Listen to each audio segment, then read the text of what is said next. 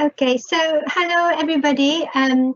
Thank you for attending this seminar on Adaptive Leadership for Peace by Professor Mike Hardy at the Center for Trust, Peace and Social Relations at Coventry University.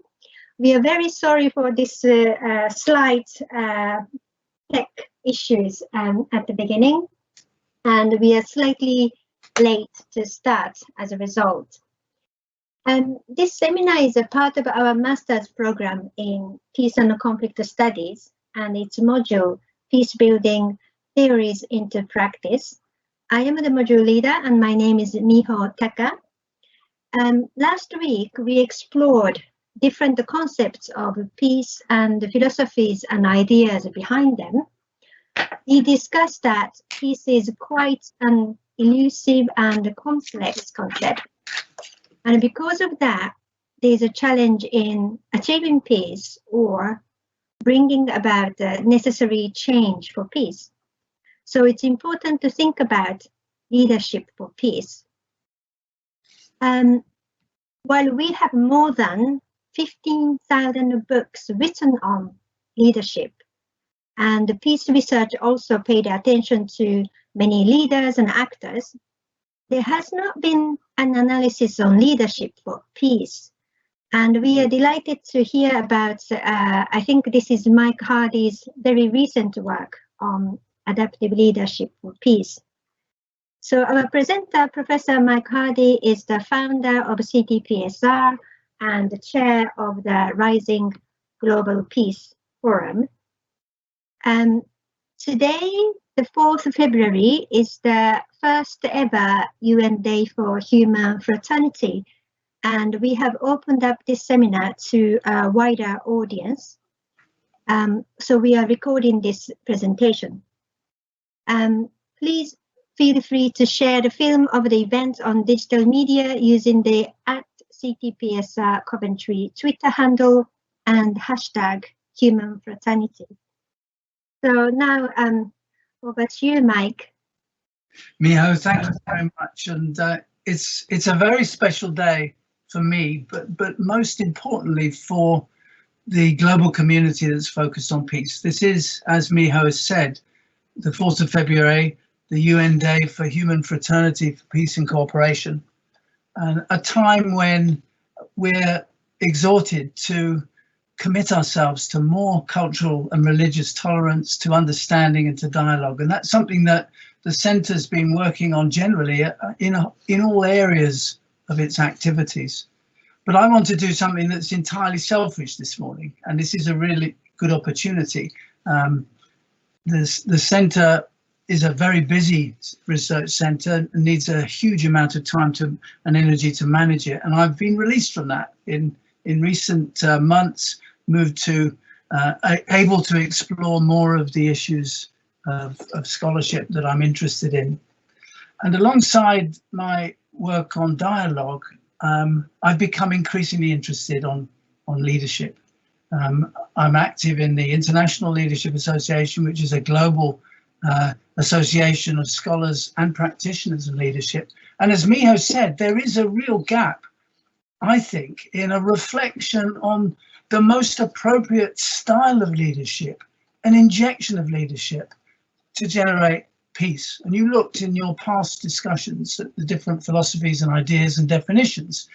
So I make no apology for focusing all my attention on the notion of positive peace.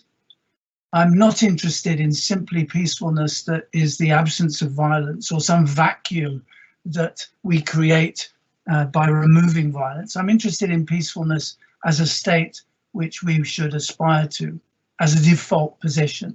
And it has many advantages and many benefits, as you know, not just in our ability through peace to resolve all sorts of other challenges, but peace is actually a statement of the appropriate relationship between people and between people of difference. So of all the consequences of effective and ethical leadership, which I'm interested in, a positive impact on peace and peacefulness is the one that matters to me most. So when I say this is a selfish moment, I'm going to take you through the journey that I've started, I think, since August of last year, in trying to map out different ideas of leadership and the challenges that we face in winning, building, preserving, sustaining a peaceful coexistence on our planet. The quest for better leadership is a continuing one, and the needs and urgencies for positive impact from that leadership grow with intensity every year. The Institute of Peace and Economics, which is based in Australia, our good friends that joined us in the Rising Peace Forum a couple of years ago, are very clear to point out that the world appears to be, by metrics, a more peaceful place this year than it was last year and the year before. We're on a good trajectory, but it doesn't feel that way. And it doesn't feel that way for reasons that I shall unpick during my talk. So in my work on leadership, I've watched this past year in particular with humility and astonishment how teams of scholars, business leaders, practitioners, and some government policymakers have strained their sinews to elaborate and articulate how those with influence can use it better and how those with reach can reach more and further. This is a real quest for improvement, and it's very straightforward for us as students and scholars of this to look at current events to see how much we can learn. So I unashamedly look at the struggle to fight the enemy of the coronavirus, and looking at the way we deal with that gives us plenty of examples of where leadership could be improved and where the leadership of the war against the virus could be more effective. So the continuing work needs to be distracted by moments, but never stopped by events. So we can stop every now and then and take stock of where we are, but we should continue to strive for better leadership. And that's really the campaign in my current research I hope to pursue. Nobody could have foreseen the circumstances of 2020 and the continuing and growing challenges. But as I shall say a bit later in my talk, there are many other things that make the current context particularly difficult, particularly challenging, and very distinctive from difficult times in our past. So as you've known, as you've learned in your discussions and your reading, a positive peace is far more than mere absence of violence and conflict. It's a way of being. It's a set of attitudes, institutions and structures that create and sustain peacefulness in and between communities and societies. And like bad leadership, it's often much easier to point out where we don't have peace, where we don't have good leaders, easier to point at bad leaderships and at the absence of peace. And I want to look at the interface between the two during my talk. With my inability to manage the technology, Gwyneth is going to move my slides forward. So next slide we'll see is my starting point from the novel of Aldous Huxley, which just reminds us very quickly, something I've put at the beginning of most of my talks for the last couple of months, the fact that from age to age, nothing changes and yet everything is completely different. And it's a hugely important point for me that we are in a very different time, even though it appears to be simply repeating old challenges. And the second of Huxley's observations in a novel that anticipates huge changes in technology, quite insightful, is that we don't actually learn very much from the lessons of history, except that the most important of all is that we don't really learn very much. And I hope that we can generate a dynamic in our discussion in which the scholarship that we create can be applied. Next slide. So I won't stay with you for too long, but very clear, and these are on Aula, these are available, all my slides and some extra paper to read and look, consider, and some reading. But essentially the aim of this seminar is to explore and assess how different types of leadership, particularly adaptive leadership, of which I'm very, very attracted to, can add value to peace building and to peace operations. You have a seminar coming up with our colleague David Curran, who'll be talking about UN peace operations and their effectiveness. So take stock of and relate the discussions that we'll have today on leadership. And by the way, I'm coming back, unfortunately for you, but I'm coming back on the 8th of March where instead of looking at ideas, which I'm expressing today, I'll be looking at some case studies and some practical applications. So I've got 2 or 3 objectives here to help you with the journey on what adaptive leadership is, and to look at the way in which it helps manage some of the disruptions we experience, and then to develop some lessons and action plans. And as I said, we've got 2 sessions. This one is a focus on ideas, and the next one will be on case studies. Next slide will show my structure, and it really is driven by this notion of waging peace. This is something that Jimmy Carter, the former president of the United States, has over his office now. It's a wonderful sign. We should make much more energy at waging peace than we seem to at waging war. But it was also a reminder of a wonderful talk that Ellen Johnson Sirleaf gave at Rising a couple of years ago when she came to Coventry. And she asked these similar questions. What lessons, if any, can we learn for peace operations, particularly where everything's so uncertain and continuing crisis and conflict continues? What principled leadership priorities, and she's a very good example of a waging peace leader, and what lessons can we learn also from those who survive great tragedies and that can form and empower peace leaders across regions? Some of the work that I know you've done with Ezekiel on Rwanda, there's some tremendous insights that can be drawn if we're only open to them from the survivors of great tragedies and past conflicts. Next slide. I'm going to rattle on through this, and there'll be time for have conversation a bit later.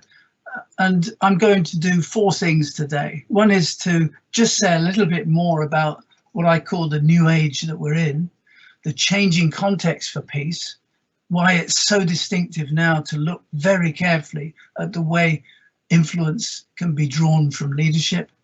I want to look at new types of leadership and the work going on in leadership scholarship at the moment, and develop a peace leadership action plan, which is my current research, to the extent to which we can improve the work of peace building and peace maintenance and peacekeeping by changing the style and approach of leaders. And then we'll have, I hope, some time for questions.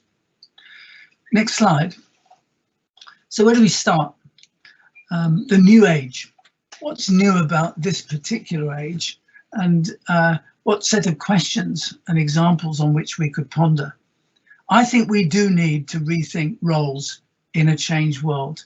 I think we're in a place that's very different this year than it was last year, and at an accelerating rate. One of the obvious areas which I've highlighted in these bullet points are our move from unipolarity to multipolarity. We're very much a multi-dimensional and complex world in a way that wasn't the case before. And the consequence of changing power struggles and shifts of power between nation states just underlines that. And thirdly, the new reality is that leadership does matter, and we should challenge and question it. We shouldn't simply criticize leadership. We should say, look, a better leadership will have much better outcomes in the quest for peacefulness. Next slide.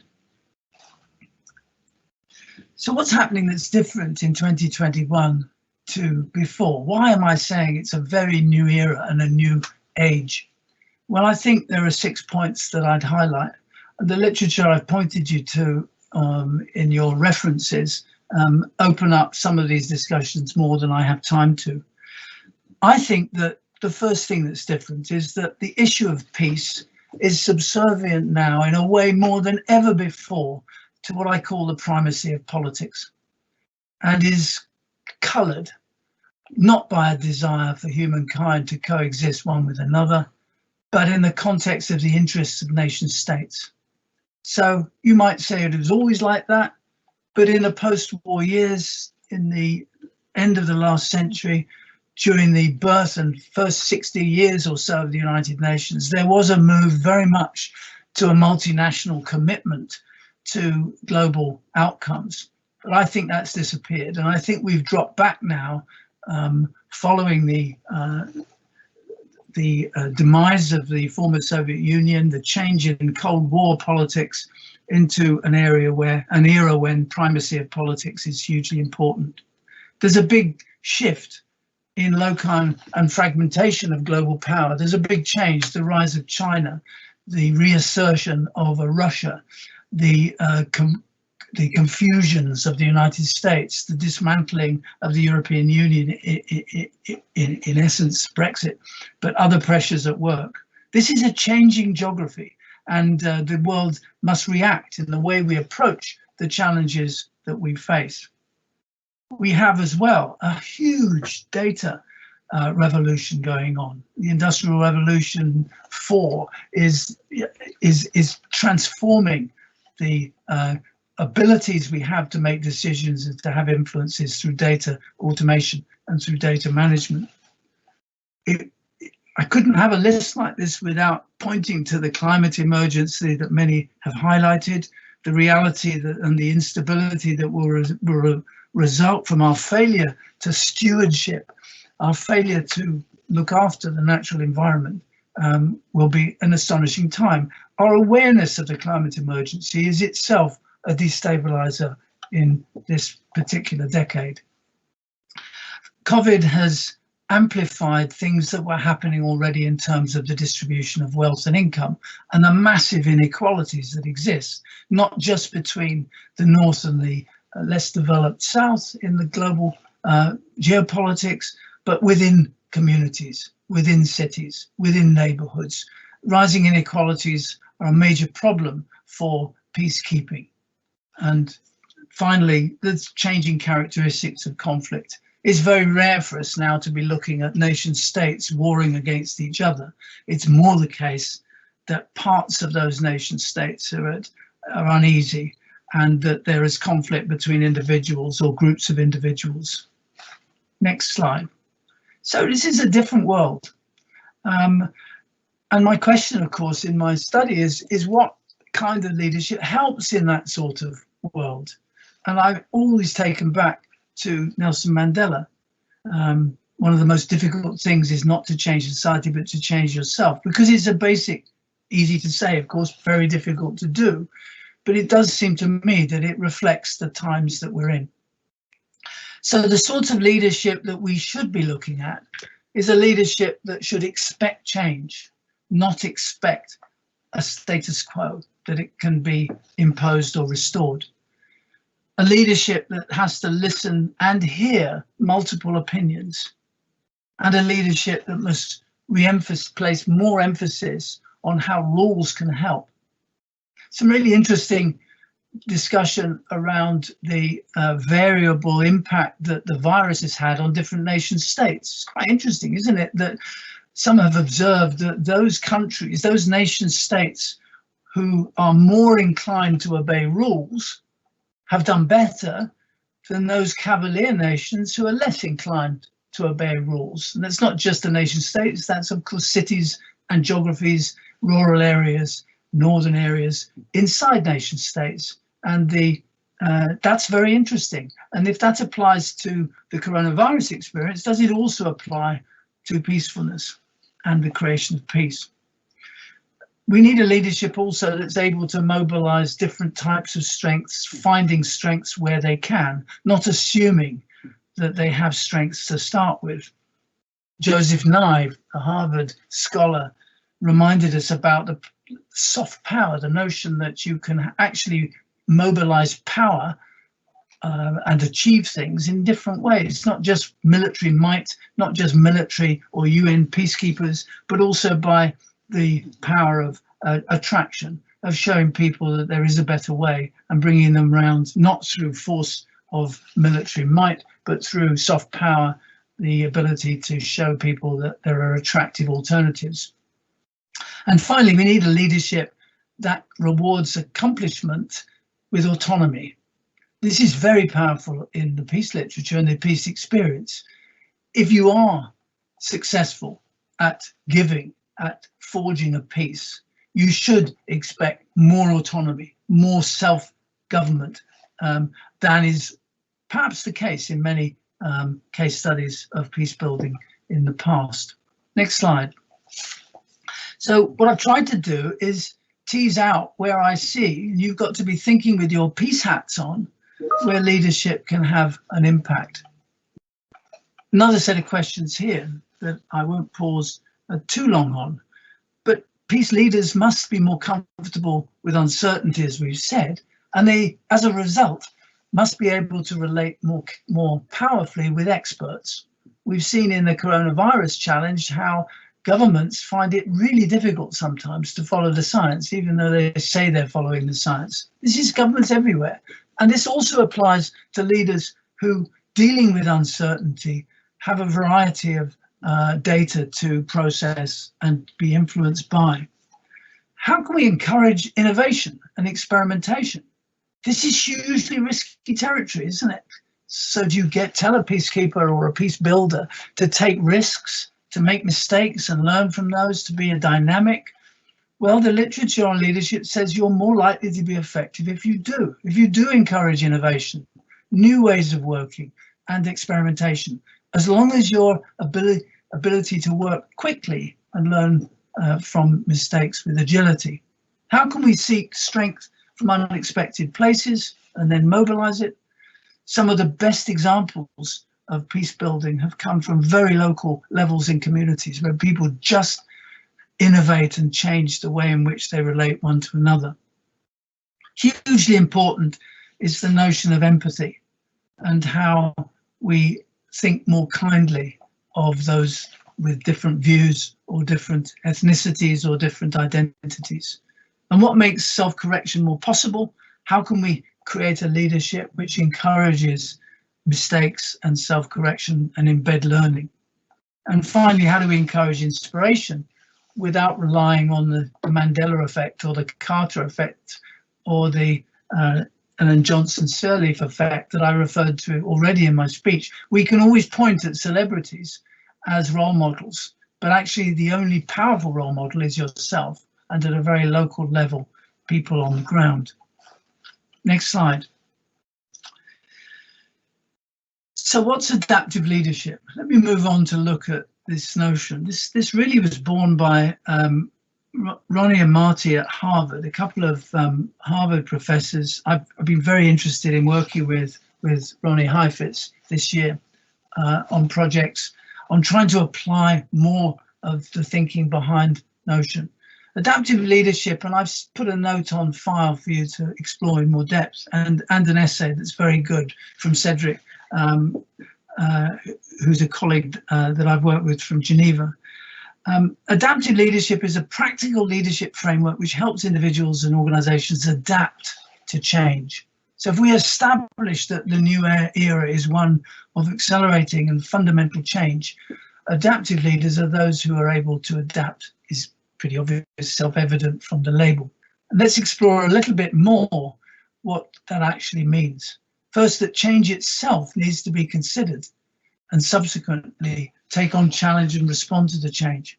So we can't adapt to change unless we've understood the nature of the change. And this for me is the most fundamental aspect of what Ronnie and Marty call leadership on the line. Is, do you stop and pause as a leader to look at the nature of the dynamic in the geography or territory or the problem you're seeking to challenge and change? Next time we meet, I'll talk a little bit about the time I spent in East Jerusalem working in the Palestinian context just after the Oslo agreements. And the thing that I most reflect looking back at working in a practical peace context was how little people observed or analysed or assessed the nature of change that was taking place at the moment they were seeking to stabilise. So most peace building, in my experience at that era, in that particular theatre, looked backwards, trying to restore a sense of calm, trying to restore a stability that had existed before, or had it, of course. Sometimes we construct a past which fits our vision of how it ought to be in the future. But rarely did we look at the changing context in which the peace had to be built. And I'll come back to that a little bit more. That's really important. In the next slide, I explore a few more of the qualities of adaptive leadership. It's really good as a concept, as you'll see when you read more about it, because it works very well where there are no easy solutions. Peace building generally is intractable. Conflict tends to be hugely difficult to find straightforward solutions because of the complexity and because of the interdependencies about which I've referred in the current era. So being adaptive can help where there are no easy solutions. And it's a critical skill set that leaders must develop in order to explore systemic change in an increasingly complex world. It helps cultivate a diversity of viewpoints, and that's quite challenging for many leaders who don't like other people's opinions, other people's ideologies, other people's experience. But we know that empathetic leadership based upon multiple viewpoints is more likely to be successful than if you have a single-mindedness based on your own sources and your own power. Next slide. It's always difficult in a very short presentation to dive deeply into some of the issues that matter. But what I'm hoping to do is inspire you enough to go and explore the references that I'll refer to at the end of my talk. So leadership, how do we define what it is? It's not about a leader, it's about a whole process of influencing, and it's defined by the work that you have and by the challenges that you face. So a leadership can be as complex as the nature of the work and of the challenges that are confronted. And just to repeat, it's got to be a process which expects there to be change, where change is a normal circumstance. Being a good leader doesn't mean you're clear, decisive, and focused on a single outcome. They can be attributes worth pursuing, but actually the most effective leaders are those which are fleet of foot, which are adaptive on a continuing basis, that are able to listen to multiple opinions, that re-emphasize how rules can help, not hinder, mobilize strengths, and reward accomplish with autonomy. So just to remind you. Next slide. There's 4 particular dimensions when you're converting the ideas of adaptive leadership into a strategy for peace leadership or for the pursuit of peace. And these dimensions are really important. And it's quite interesting when we look at the case studies next meeting, when we come back together, I'll show you my experience of where leadership has been less effective and less focused on some of these dimensions.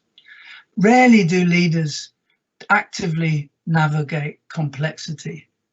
Most leaders, in our experience, remove complexity, try and impose simplicity, get down to two syllable messages or little phrases, which, I mean, I have a private view, of course, that some of the leadership towards Brexit was guilty of this.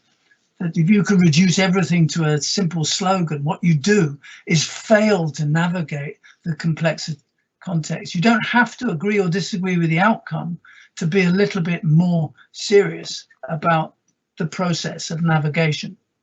And in similar, very little leadership applies empathy as a default. An empathetic approach, which is listening to other people's concerns and fears and focuses, is very rare.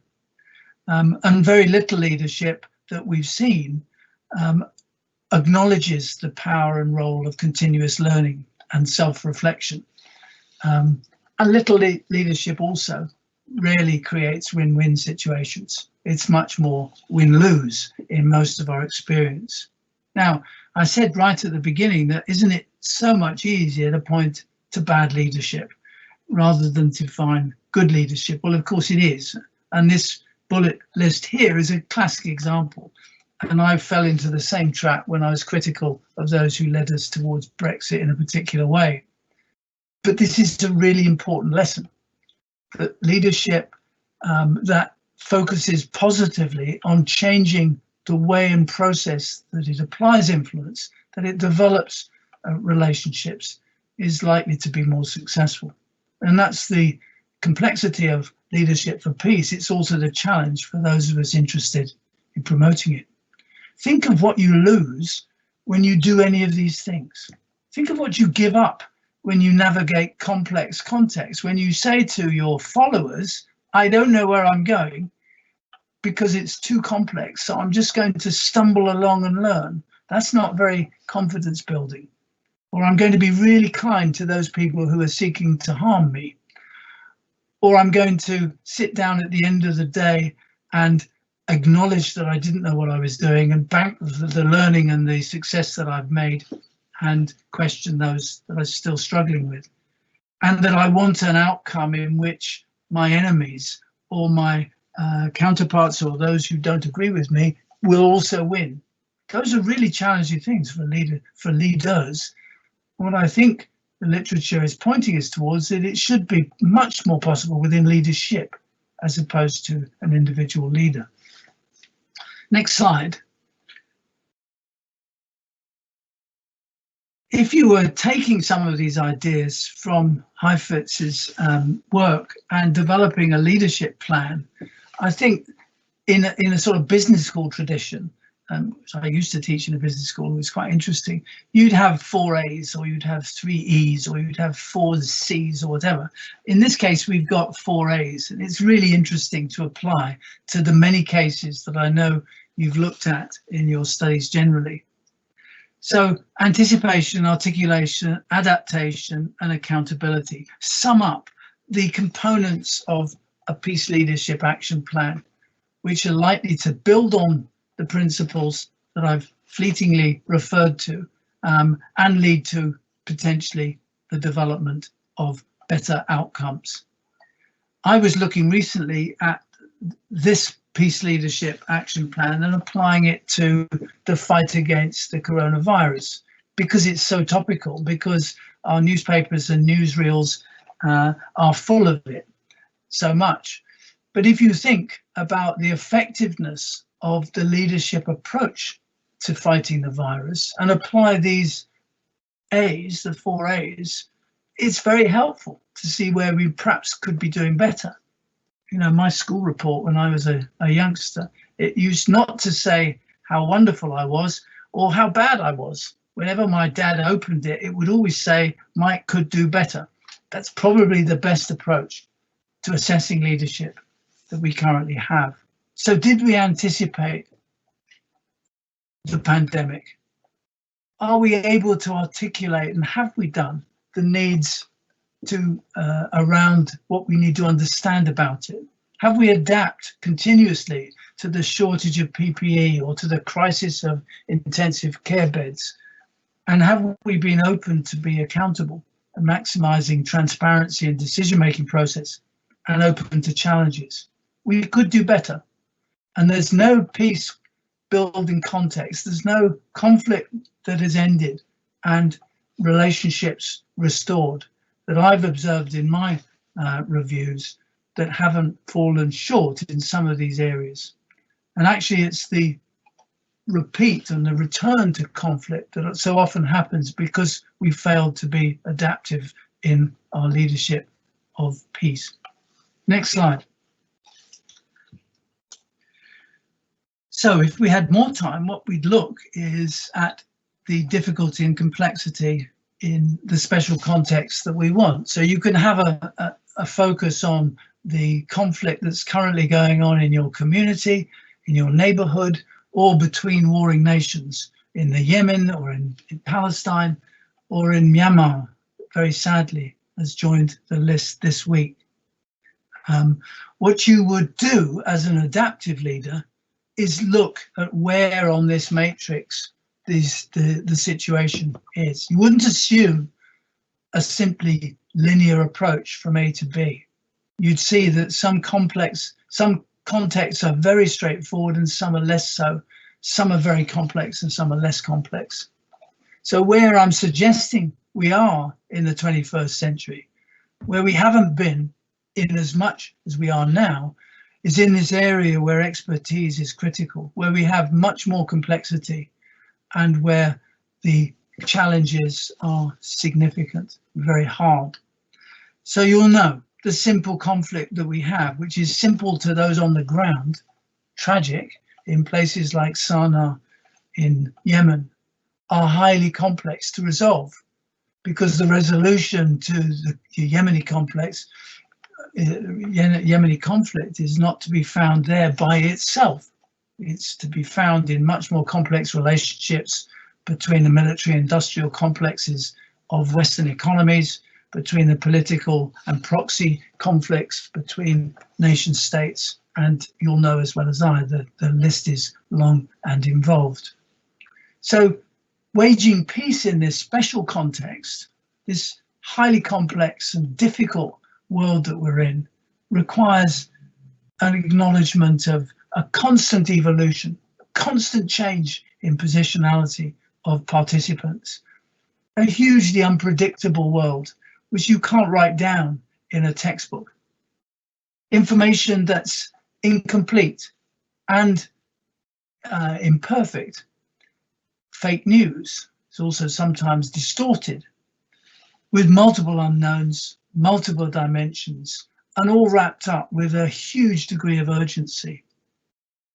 Now, if we accept that the 21st century and the 21 years in the 21st century is really about a very special context, we should take responsibility for looking at the way in which we approach that context needs to be managed, and how leadership, that is the mobilization of all those who participate, all the stakeholders in moving forward, should be acknowledging. And yet, on top of all of that, as I said very early on, we're in an era where the primacy of politics prevails, where actually the interests and the outcomes of peacefulness are not necessarily the first point on the agenda. Next slide. I hope you're following me, and I hope I'm not speaking too fast, or I'm conscious of trying to get through in my time. Above all else, if we're in this complex position, and on my last matrix, if we're in the expert area with high complexity and very difficult challenges, my argument would be that evidence matters, and it matters more now than ever before. So evidence matters. We need to make sure that we are collecting, interpreting and acting on it. We need to stress test the theories and assumptions we make and the beliefs with which we go into a situation. We need to streamline deliberative decision making, strengthen transparency. This is the consequence. This is our action plan, and mobilize collective action and social economy. Take any challenge facing us to our peacefulness, and the virus is always a good one at this time, and go back to look at the extent to which we understand that evidence matters. Have we put it on its pedestal in the place it should be? Have we collected, interpreted and acted on the evidence that we have? Have we stress tested our underlying assumptions and theories? We make assumptions about how people react to political decisions. Have we challenged those? Have we questioned them? Have we streamlined our decision making? Have we been deliberative and purposeful with decision making? Have we remained inclusive and accountable and strengthened our transparency? And have we really mobilized the collective action and social economy in the way that we should? How much is working in the UK at the moment to create more peaceful neighbourhoods through the social economy of food banks? Have we adapted our overall approach to the challenges to take those into account? I don't think so. I think they're very successful and very pervasive as a social economy, and I think they've not yet been mainstreamed, and they haven't yet had the influence they should on the overarching leadership. Leadership there isn't government. I'm not pointing anywhere at a particular leader or ideology. Leadership is the responsibility we have collectively to move forward in a direction that clearly is more beneficial to more people. Next slide. So let me start winding up and draw conclusions about waging peace. And there are some things which are not obvious to everyone, but they've become more obvious to me. I think during this very interesting time, we've had a sharp reminder that structures are less important than behaviours, that actually structures can adapt. There's lots of examples, aren't there? You'd never have forecast, certainly a few years ago, that the biggest taxi company in the world wouldn't have any cars, or the biggest hotel chain in the world wouldn't have any bedrooms, of Airbnb and Uber and so forth. Behaviours and culture, however, are much more significant, much more difficult to change and much less adaptable than structures. So when we go into a peace building or a peace promoting scenario, how often do we see leadership that looks at structures, at structural changes, whether it's borders, whether it's dividing lines, whether it's standing armies, whether it's institutions, and much less attention tends to be paid on behaviours and culture as opposed to that.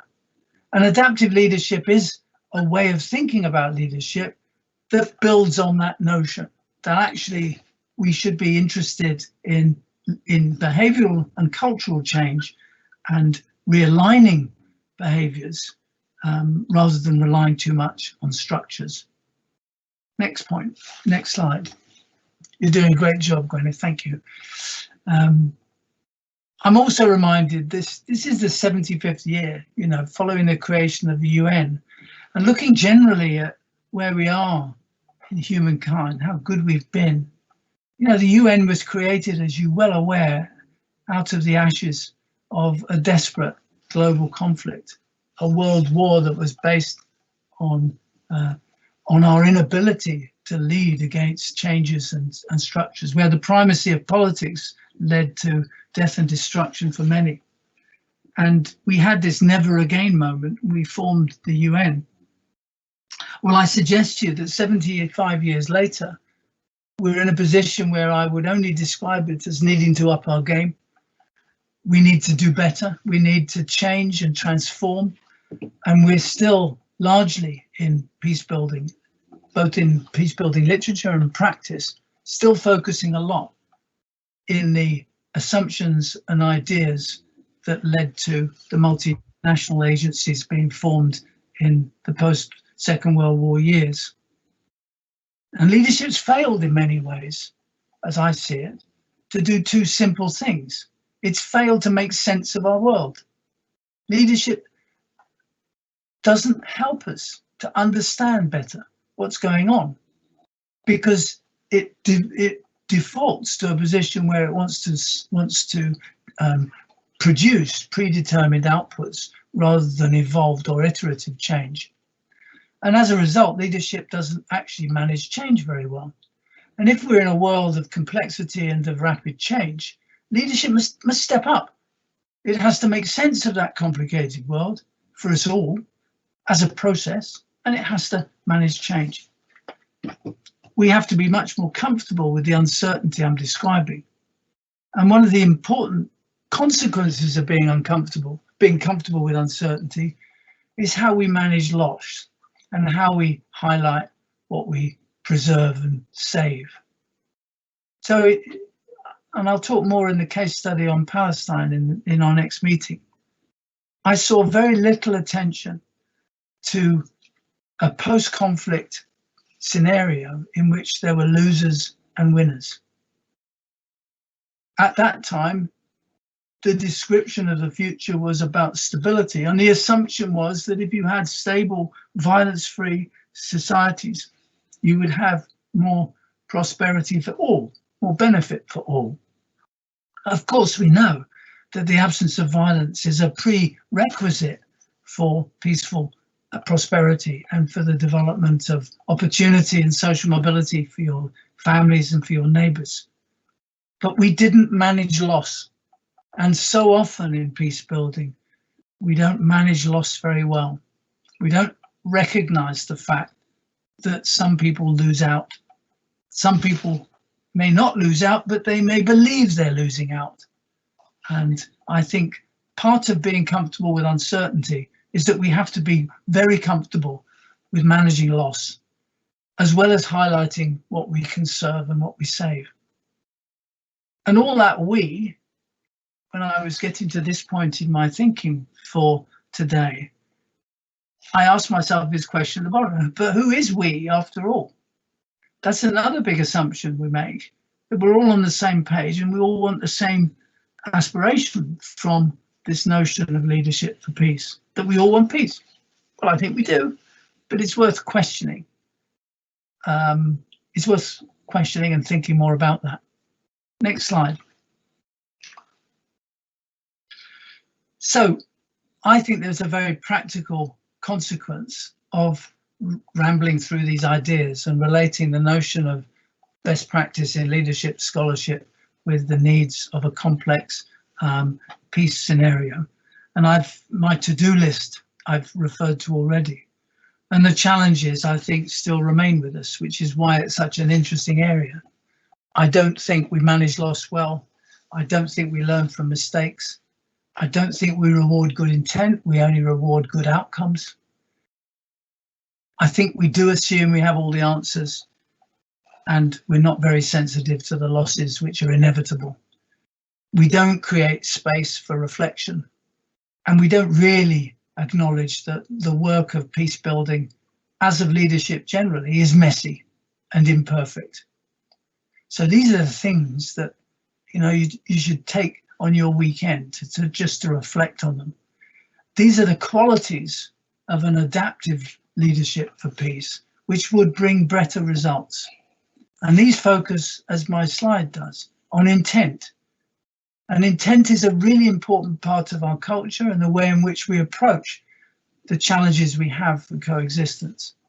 So it's not just that this is a desirable outcome, we'll be all better off as a result.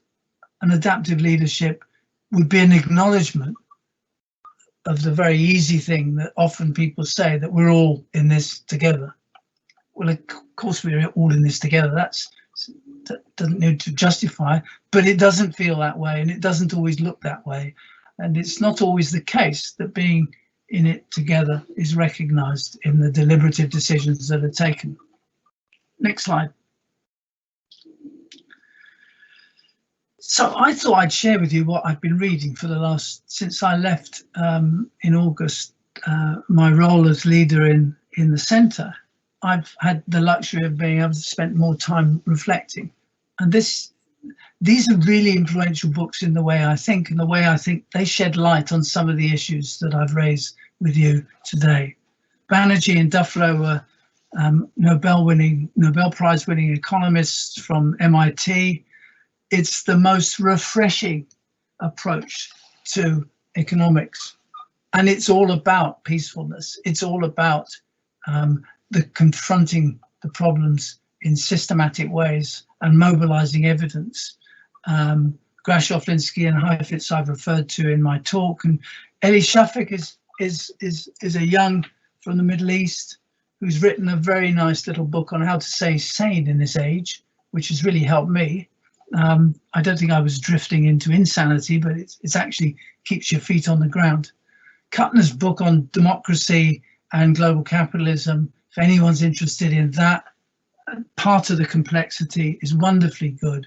And Amy Chua from Yale has this wonderful book on how we're all divided into tribes, and the primacy of politics for her is about the way in which we cluster in our tribes, whether it's because we're Man United football supporters or that we're of a certain age group, the tribes we live in. Barbara and Hickman look at the way in which leadership transforms things rather than just steers ships.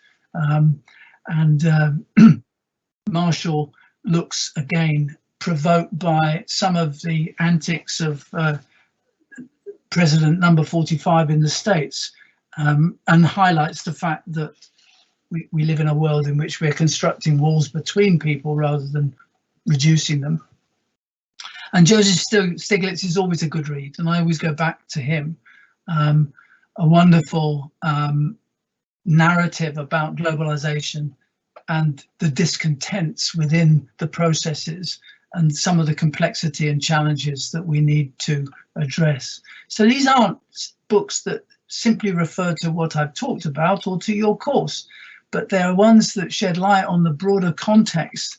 And there are many others, I'm sure, but these are the ones that I've really enjoyed and have moved my way of thinking, have challenged some of the assumptions I made, have questioned some of the ideas that I used to have. Next slide. So I have looked, albeit imperfectly, at why I think we're in a new age, why there's a changing context for peace and for how we have influence. I have looked at different approaches to leadership and how we might reimagine it and think about its role.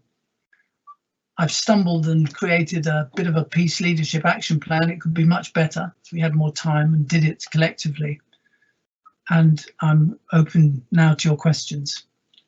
The next slide, I think, just summarizes what I think we were seeking to achieve, and I hope I have. My apologies if I've been less than perfect in any of these areas, and thank you very much for your attention. Thank you so much, Mike, for sharing your most recent and fascinating work. Very fresh and very thought-provoking. I just want to comment on one thing. So, because the students that who study our program are professional students who have been working in different areas, and in our discussion, we were already doing one thing for the leadership, for adaptive leadership for peace, which is we were observing and discussing our complex world and the challenges to understand that and how we could ever come up with something that we could do in that context. So we have been doing one thing as a first step to look at our world surrounding us and trying to make sense of it. So I think it will be great to discuss further on the action plan. That would be really, really fantastic. I would like to now ask if there are any questions from the participants.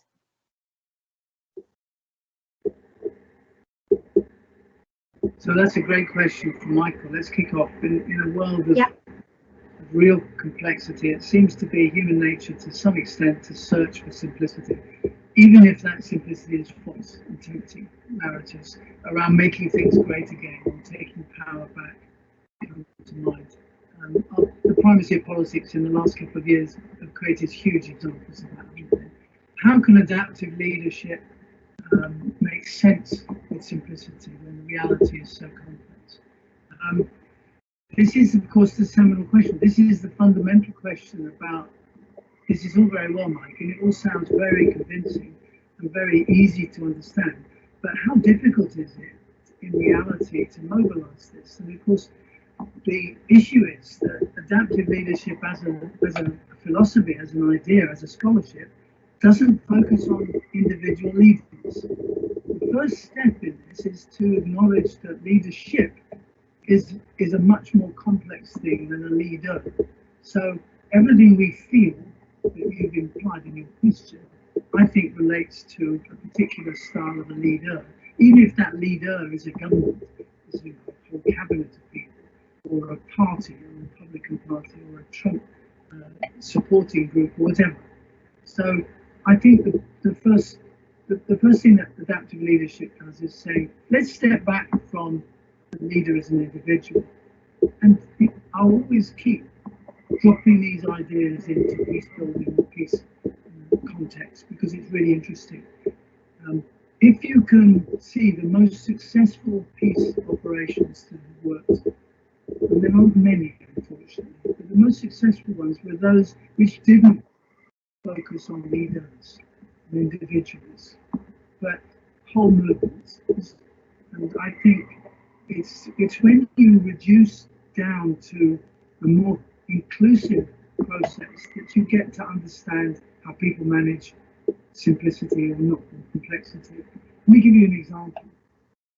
One of the most powerful things before the Good Friday Agreement in the north of Ireland, all that amazing settlement, after tens and centuries of divide, one of the things that was hugely powerful was the mobilisation of strengths in the community that people hadn't considered before.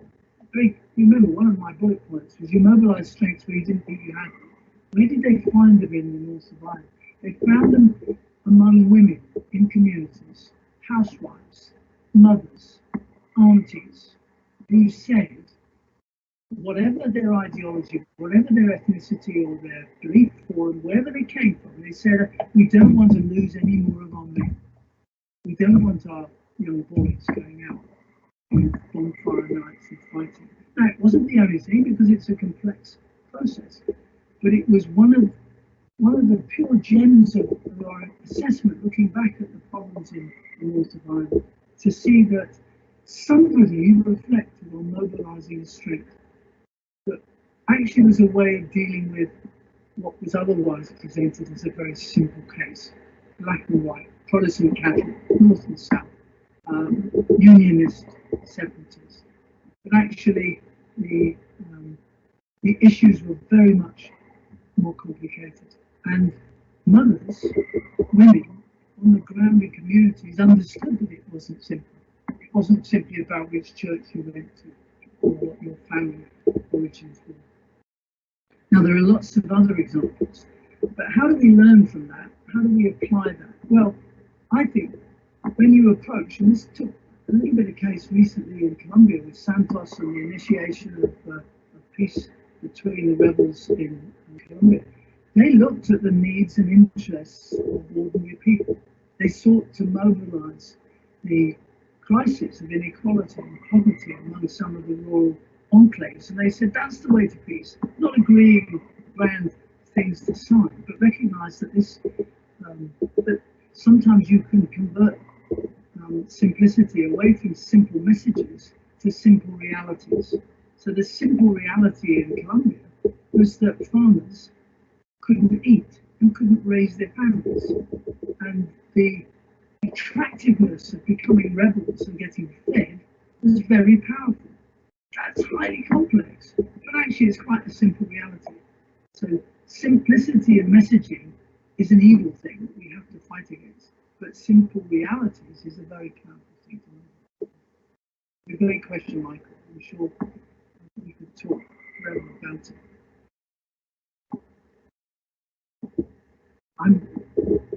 People know where I am. I'd be very happy to receive questions or to have emails and so forth. And I think that our experience from this session, let's learn by doing, maybe we should have more interactive technology when we meet for the case study session. We could discuss that. I think as leaders, we will be adaptive. Yes, definitely. Yes. Yes. And also, as you said, reflection. Yeah. And we have spoken about reflection. It takes a little bit time, maybe not straight after we had such a rich presentation. So I'm sure we will have more questions as we keep reflecting. So we will come back to you, Mike, if it's okay. So thanks very much to everyone for your patience with us. And thank you, Miho, for organising. Thank you. Thank you, Mike, and thank you for everybody participating. Thank you very much.